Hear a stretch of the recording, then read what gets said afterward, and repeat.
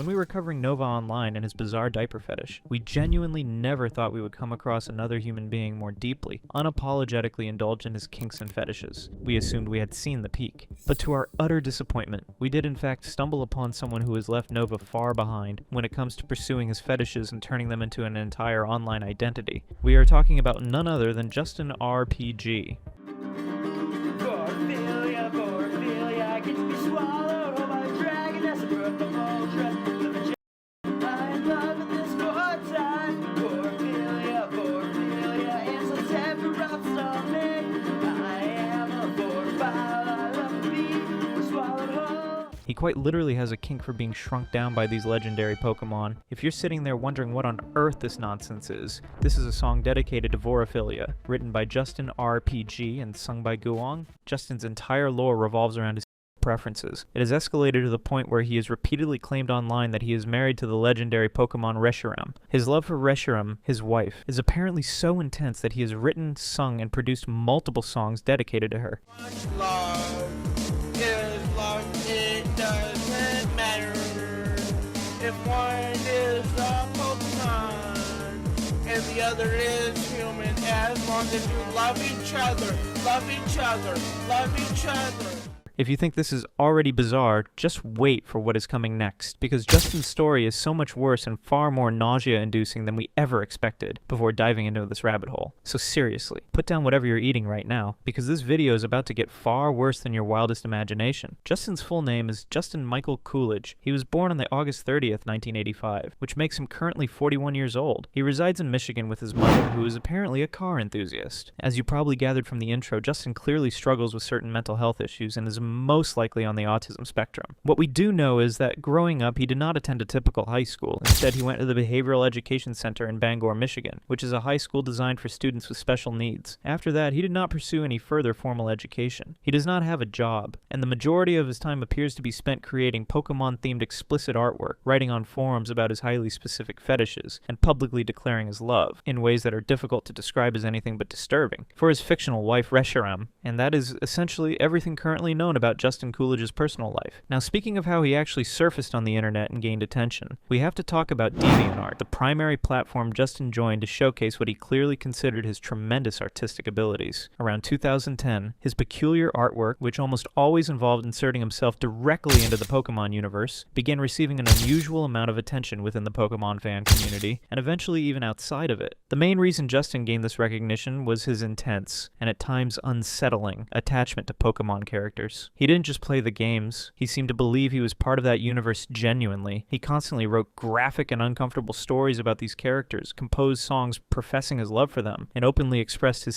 attraction toward various Pokemon. I mean, just look at some of this artwork where he casually inserts himself alongside an unsuspecting Pokemon. This last one is arguably one of Justin's most infamous images, not just because of the Pokemon sitting on his lap, but because of the strange background details. Artwork plastered across the walls, including what appears to be a random burger and a car. While Justin has, at different times, expressed his desire to be consumed by various Pokemon and even other gaming characters, including a flame Atronach, his primary and unwavering devotion has always remained with his self-proclaimed wife Reshiram. Reshiram, for those who don't live inside a Pokedex, is a giant white dragon-type Pokemon introduced in Pokemon Black, a fictional creature made of pixels, lore, and apparently marital potential. Justin is so obsessively attached to this poor Pokemon that he has essentially dedicated his entire life to Reshiram. He even got a tattoo of Reshiram on his arm. There are also countless pieces of artwork created by Justin where Reshiram is front and center, such as this one, where Justin is dramatically declaring his undying love for Reshiram, and this one where he appears to be riding it. At this point, you've probably already connected the dots. Justin is not just a fan of Reshiram. He is wholeheartedly, unapologetically, deeply in love with it, so much so that he even created artwork depicting himself getting married to Reshiram. Sadly, this obsession didn't stop at graphic stories and self-insert artwork. No, that would have been too contained. It expanded. It evolved. Specifically, it extended into what can be described as Justin's music career. But before we get into that, there's something important to address. Justin very openly identifies as a Vorephiliac, and while most people with this particular fetish tend tend to keep it extremely private, mainly because they understand how unsettling and difficult it is for the average person to comprehend. Justin does the exact opposite. He embraces it, publicly, loudly, and repeatedly. In fact, he indulges in this almost surreal fetish with a level of openness that we rarely see. And one of the clearest examples of that is the music he has created. Songs dedicated not just to Reshiram, but to countless other Pokemon characters as well. We've got to warn you, we are officially entering dangerous territory now, because Justin's songs are not for the faint of heart. What we're about to play is probably one of the most infamous tracks ever produced by JustinRPG, and it's titled I Love Reshiram Married to Reshiram.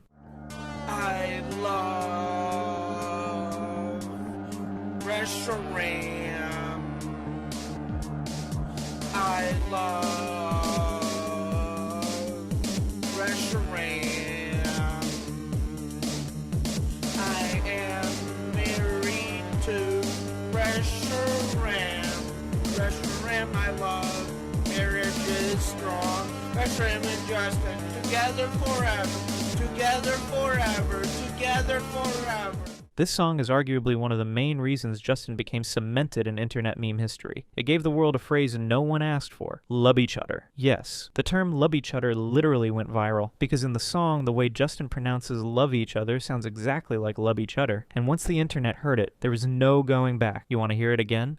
As long as you love each other, love each other, love each other, love each other, love each other, love each other, love each other, love each other, love each other, love each other. Sing with me.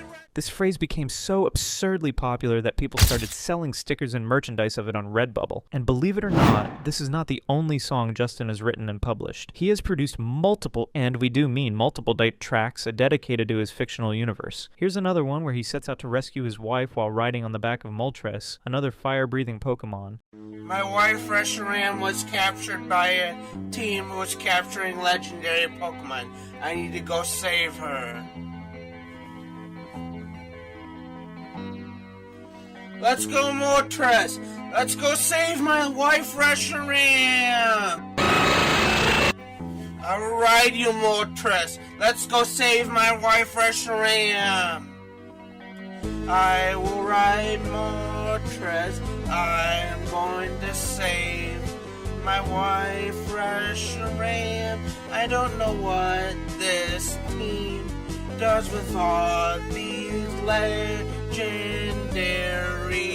Pokemon, but I need to save my wife, so I'm riding Moltres. I'm gonna ride Moltres to save my wife. I'm saving my wife, Reshiram. Later on, you'll find out that Justin doesn't just take help from Moltres casually. He has a thing for Moltres as well. In fact, he produced a song titled Moltres and I Are So Close, where he repeatedly mentions that he has been riding Moltres since the year 2000. Riding Moltres since December 2000. Riding Moltres since December 2000. Riding Moltres since December 2000. Riding Moltres, riding Moltres, riding Moltres. Unfortunately, many other Pokemon have made surprise appearances in Justin's musical catalog. One of them is Zekrom, another dragon-type Pokemon. In a song titled Reshiram and Zekrom Are the Best, Justin openly states that he would consider Zekrom his best man if he were ever to actually marry Reshiram. Reshiram has pretty eyes. Zekrom has the badass spirits. It could be a bodyguard both together at once. I love Reshiram and I love Reshiram. I love Zekrom too. If I were to marry Reshiram, Zekrom would be my best friend. I love Reshiram and Zekrom too. So you see what's happening here. He isn't just referencing the Pokemon world, he is fully living inside it. But here's the thing, our guy Justin is not dumb. He acknowledged how risky and dangerous it would be to be married to a legendary Pokemon. He even wrote a song addressing how people warn him that Reshiram could easily. Yet despite all the warnings and what he frames as social constructs, he remains convinced that his beloved wife would never harm him, because according to him, she is deeply overprotective. I'm married to Reshiram. Reshiram's a powerful legendary. So strong she could you with one of her attacks, even her weakest. Anyway, 70% of Pokemon can, but I'm married to Reshiram anyway.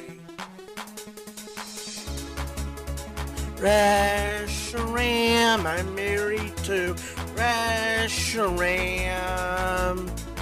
Reshiram is so powerful.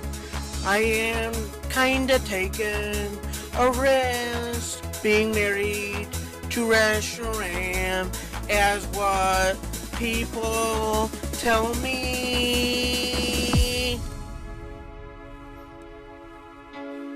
But Reshiram loves me and would not attack me even if I ask. Plus, Reshiram is so overprotective of me. While there are countless other songs dedicated to Reshiram, including insane titles like Reshiram for President and Jingle Reshiram Bells, there is one track that does not feature Reshiram, but is guaranteed to make your brain cells file a formal complaint. It's titled Stuck in Lugia's Stomach Alone. Lugia is yet another legendary Pokemon, and for reasons known only to Justin, he fantasizes about being swallowed alive by her. Mind you, he is supposedly singing this next song directly from Lugia's stomach.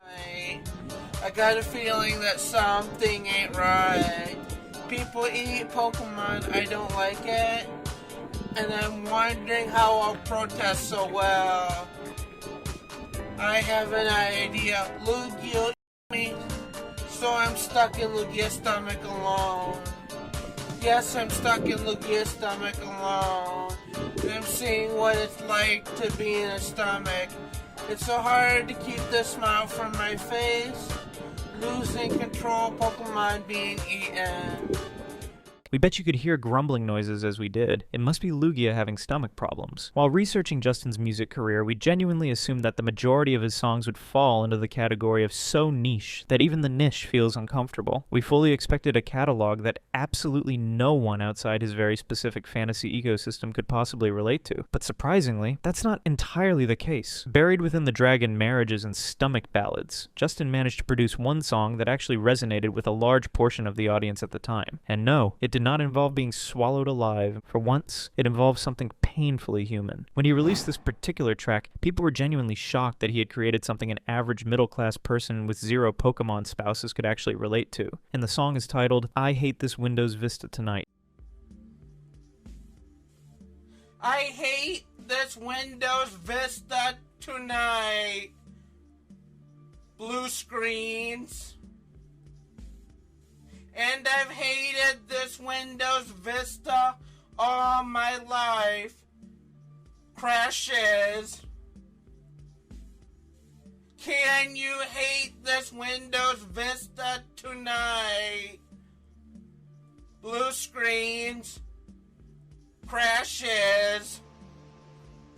And this, dear viewers, stands as the second most heralded masterpiece by Justin Michael Coolidge, because if you were alive and functioning during the Windows Vista era, you probably understand the emotional turmoil embedded in that title alone. By now, you probably have a fairly solid understanding of Justin's mental state, and just how deeply he adores the Pokemon world. But let us be very clear, what we've covered so far is not even the tip of the iceberg when it comes to Justin's obsession. If you thought the music was unhinged and bizarre, just wait, because we are now about to step into what might be the most disturbing chapter yet, his Facebook account. Most of what he originally posted there has since been deleted. However, the internet never truly forgets. Several forums and archive threads preserved screenshots of Justin's posts, and we are about to dive headfirst into that archive. The very first post we're going to look at actually clears up a lot of questions, specifically how he claims he met Reshiram, and how this so-called epic love story supposedly began. It says, I met my wife Reshiram late August 2009. I went to Dragon Spiral Tower just to check it out. I was dating Rydia at the time. Rydia, by the way, is another fictional character from Final Fantasy, in case you are wondering. I made my way up the stairs, and eventually made my way to the top of Dragon Spiral Tower. As soon as I got to the top, I saw Reshiram. I have heard many things about how powerful Reshiram are and what one can do to a human. As soon as I saw her, I turned around and decided to get my ass out of there. However, at that moment, Reshiram used Attract on me to show me that there is nothing to be afraid of. I instantly fell in love with Reshiram. That was not real love. I was under the influence of Attract. I ran up to Reshiram and she hugged me. I spent the night with her. That night I said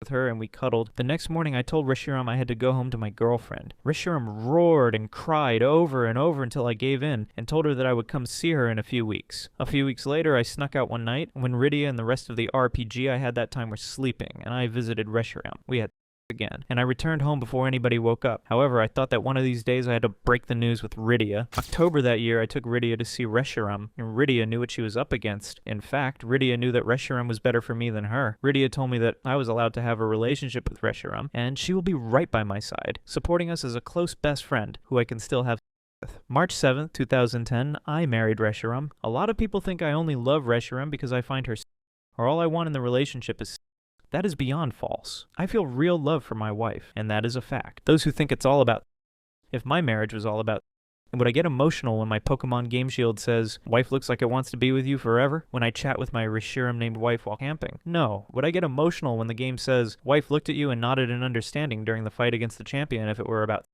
No, both times I felt a real connection. Furthermore, would I feel very secure when Reshiram follows me around in the DLC part of Pokemon Shielded if my love was based? No. Would I feel watched over and safe when Reshiram, my buddy Pokemon, is on my lap when I am playing Pokemon Go if my marriage was based? No. Would hugging my Reshiram plush while in bed help me sleep and make me feel comfortable if my marriage was about No. All these things point to real love. My marriage to Reshiram is based on true love and not It might have seemed in the beginning, but if so, it grew into something much bigger. Two things that define me, Justin Coolidge, in love and married to Reshiram and writing Moltres. So, do all of you get it now? Justin's love for Reshiram is not just about in his mind, he is genuinely in a happy, committed marriage with her, and that becomes even clearer in this next post, where Justin seems to be sleeping peacefully under the protective arms of his loving wife. The post says, "It was the night before Christmas. Not a Pokemon was scurrying, not even a Dedan. Lights on the trees were very bright, and the Pokemon ex-human lovers were asleep together like lovers of the humankind." At this point, if you're wondering how things supposedly work between Reshiram and Justin on a level. Well, he actually explains it in this post. In the picture, Reshiram appears to be swallowing Justin whole, and he describes it as a form of Vorplay. Reshiram and I are engaged in an act of Vorplay. Vorplay is similar to foreplay, but with vorophiliac elements. Just like foreplay, Vorplay is also meant to induce arousal among both partners. In this case, it is predator and prey. Reshiram is the predator, and I am the prey. Reshiram puts me in her mouth, and then she moves me around in her mouth in ways that stimulate my body to invoke a natural arousal response. Reshiram also coats me in a thick layer of her saliva covering my entire body. After about 20 to 30 minutes of engaging in this stimulating act of Vorplay, Reshiram then swallows me. Swallowing the prey is very common in Vorplay. Swallowing the prey is done to arouse the predator rather than the prey, but unlike most couples who engage in Vorplay, Reshiram leaves me in her stomach to digest, as I am of her favorite food, and I am the most delicious thing in existence to her. Once I'm in my wife's stomach, the digestive acids and enzymes then slowly digest me alive and break me down into the nutrients from my wife's body until every last trace of my body and existence has been completely digested. So somehow Justin's idea of lovemaking with his wife involves him dying a slow, agonizing death in the end. Just like you, we are still trying to comprehend how this even works. Does he come back to life after his wife is done eating him, or what exactly are the logistics here? We are just as confused as you guys, but that's not even the only confusing part. Most of the posts Justin has written on his Facebook profile revolve around extremely painful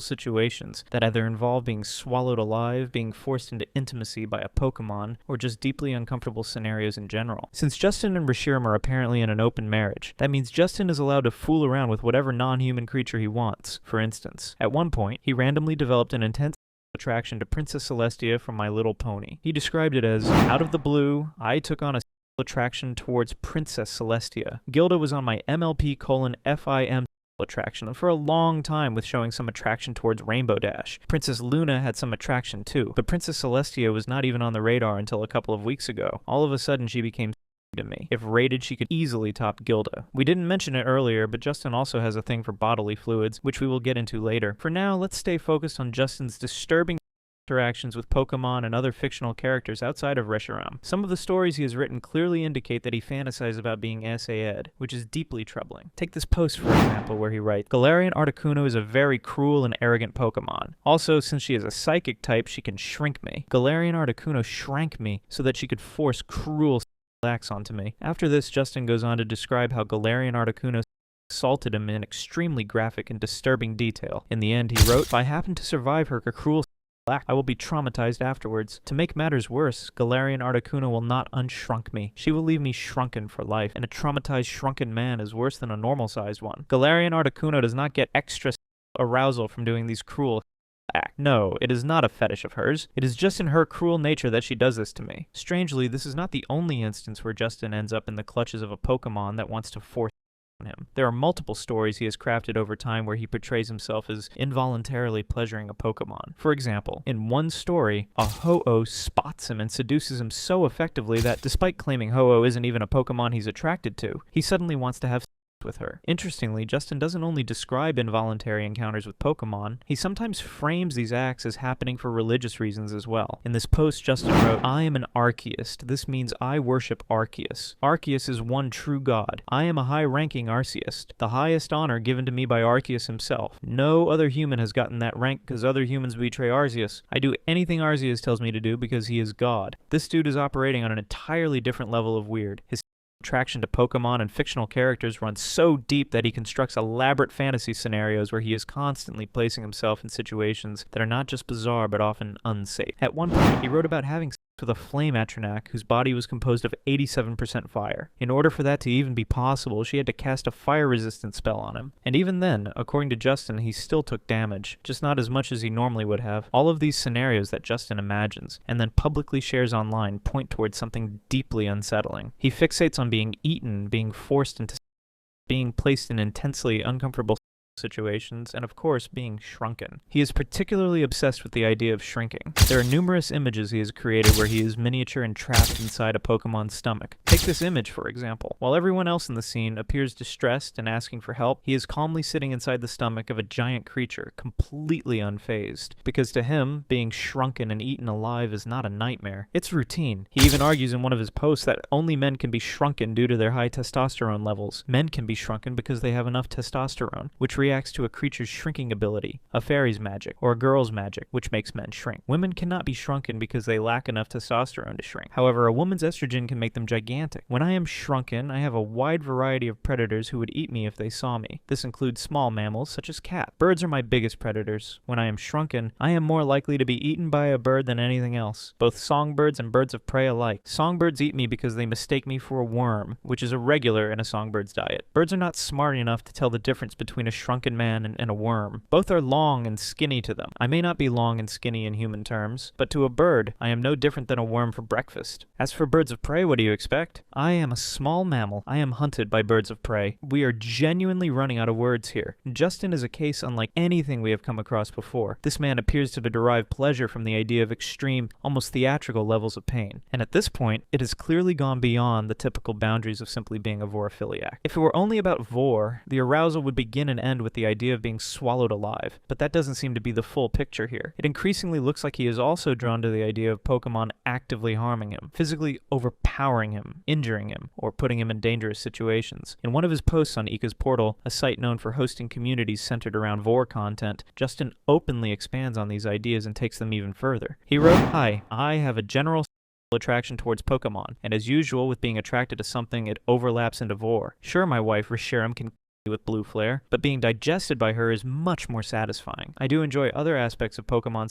even into Pokephiliac. Sometimes even their attacks can turn me on, like when Jolteon zaps me while face-sitting me. But the classic swallow me down also applies to Pokemon, and being swallowed by Pokemon is just as all the other aspects of Pokemon." At this point, we would like to mention that when Justin initially began posting on Facebook and various online forums, his content was largely rooted in fantasy. It mostly revolved around Pokemon and other fictional characters. But as time went on, his content took an even stranger, and frankly, more disturbing, turn. Beyond his vorophiliac fantasies, he began openly sharing a range of other fetishes with the world. For instance, aside from fantasizing about being swallowed by Pokemon, it became clear that he was also deeply fixated on birds and tigers. He wrote in one post, "Birds are the pinnacle of Vore in the life of Justin Coolidge the game. Birds are the most common thing that eat me. If I am eaten by a bird, I get digested. I do not get thrown up later if a bird eats me. In real life, birds are the most arousing Vore, even more arousing than my wife. Birds have very efficient digestive systems, and not only is the survival time in a bird's stomach only 30 minutes, their stomachs alone can digest every trace of me, including my bones. Most carnivores need the rest of their digestive system to do that. Birds only need their stomach. This is why I find bird Vore extremely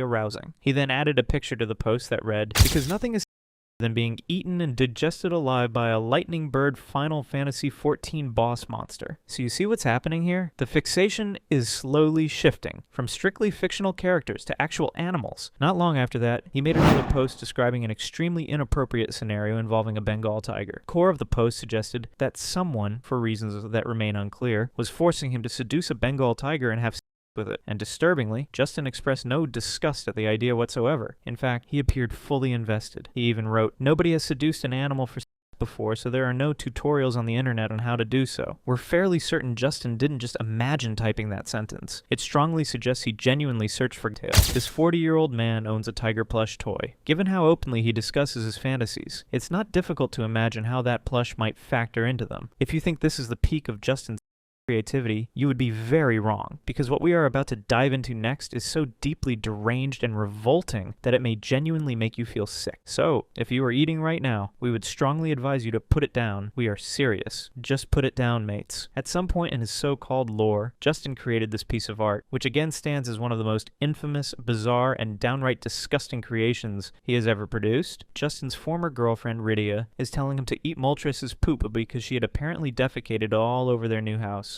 And instead of declining her request, like any remotely sane person would, Justin proceeds to eat the poop off the ground. This post is not an isolated, disgusting incident. There are numerous posts where Justin openly appears excited by the idea of someone either peeing on him or him eating or drinking something he absolutely should not be consuming. This post is a classic example. There's another one involving a dragon, where this genius has set up a so-called free pee toilet for female dragons. But here's the twist. Instead of having an actual pee pot, this pee toilet uses Justin himself as the pee pot. He is sitting right at the bottom of the sign. He says in the post, "However, in this case, I am the dragon potty. People use different things that have holes for dragon potties. I use my mouth. Dragon potties can be all shapes and sizes, and dragons are really good at getting all their urine into any sized hole." There's another bizarre post from his Facebook account, where a magician supposedly transports him into Reshiram's bladder. Why exactly? As usual, it is unclear. The magician simply realized that Justin's wife's bladder is empty, and decides to transport him there. He writes, "When I got to my wife's bladder, I find that it is indeed empty. I must now wait for her bladder to fill up with urine so that she can urinate and let me out. When her bladder is full, she will urinate and let me out. Unless she has a reason to hold her urine in, then I will drown in her urine. Keep in mind, Reshiram does not know that I am in her bladder." That is just purely insane. And the fact that this man has created numerous art pieces focused entirely on his obsession with feces and bodily fluids is beyond bizarre. It is far outside normal human understanding. But even that is still not the end of Justin's bizarre fetish catalog. He is also deeply into the idea of unbirthing. For those who are unaware, it is a concept where a human shrinks down and returns to the female uterus. For reasons that defy logic, this concept is extremely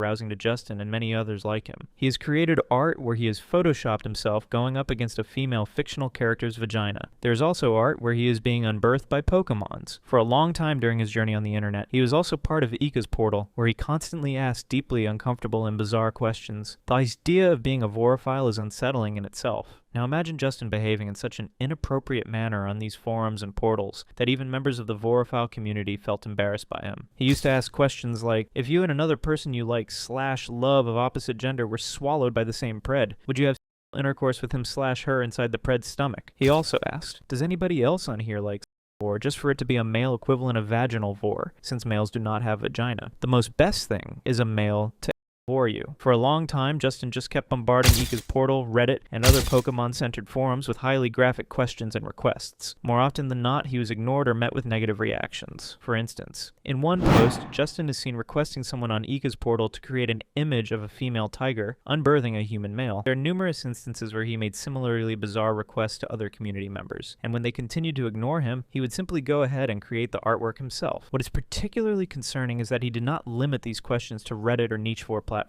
He also posted them on relatively disciplined Pokemon community sites that included younger audiences. People on those platforms were genuinely disturbed by his bizarre and graphic posts. Eventually, he was banned from most of these spaces. At one point, Justin even proposed making a documentary about Vore and wanted members of Ika's portal to participate. However, many community members outright refused. While Justin seemed completely unfazed about openly discussing his fetishes, others were aware that their interests were widely considered strange and did not want unnecessary public attention drawn to their forum. Around the time Justin's artwork began gaining notoriety and his music started receiving attention on YouTube, several well-known local sites and forums like Kiwi Farms and Encyclopedia Dramatica began documenting his online activities. Perhaps due to increasing trolls and growing internet visibility, either Justin or his family eventually deleted most of his social media presence. His Deviant Art account was shut down, along with various other online spaces he had once actively participated in. Due to all of this, much of the notable and infamous work by Justin Coolidge has simply vanished. What remains today are scattered archives on obscure sites and a handful of YouTube channels that managed to preserve his music and his deeply uncanny artwork. Before 2023, when Justin briefly disappeared from the internet, many assumed something serious had happened to him, but that was not the case. He was still active, primarily on Facebook, where he continued posting his art alongside extremely long, detailed captions explaining exactly what was happening in each image. He also resurfaced on Reddit under different accounts and began posting again, asking questions like, why is it that no matter how many times I wipe my butt, there's always poop left over? As disgusting as all of this may sound, some people might argue that he was not directly harming anyone. After all, weren't these just bizarre fantasies confined to the internet? For the most part, Justin's posts, while deeply disturbing and deranged, did not appear to cause direct harm to others. However, around 2023, his online presence took a noticeably darker turn. Some of his Reddit posts began suggesting behavior that crossed from fantasy into something far more concerning. For instance, he openly admitted to being a zoophile in one post, writing,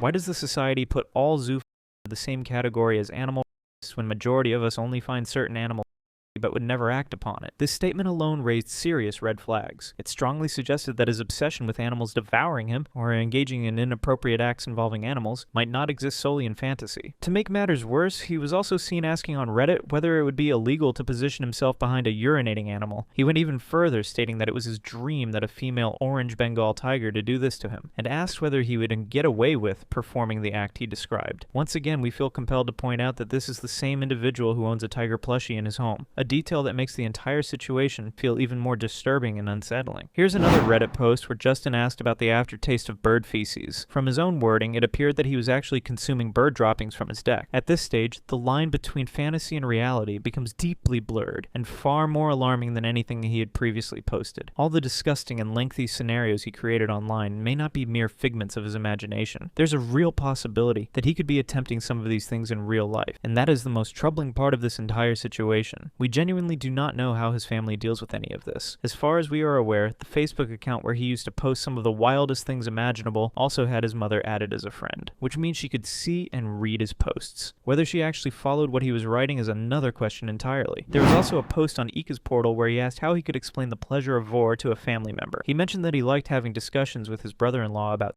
related topics. At one point, he told him that he was a vorophiliac, but his brother-in-law could not understand how being digested alive could possibly be pleasurable. This post strongly indicates that at least some members of his family are aware of his fetishes. How much they truly know or choose to acknowledge remains unclear. Once again, as long as he is not hurting anyone or interacting with minors in any inappropriate way, he largely comes across as bizarre, deeply strange, and oddly amusing, but not necessarily dangerous. It is also worth noting that he has mentioned having Asperger's syndrome, ADHD, and other conditions, which may influence the way he behaves and communicates online. As of now, he is not posting as frequently as he once did. He still maintains a Facebook presence and remains fairly active on Reddit, but there have been no recent alarming reports tied to his activity. If you want more insight into Justin's creative output, you are literally free to check out roleplay type graphic material that is based on his various fetishes. You can find it archived on Encyclopedia Dramatica. The graphic Vore content that he has written carries some very interesting titles, such as Marrying Reshiram, Reshiram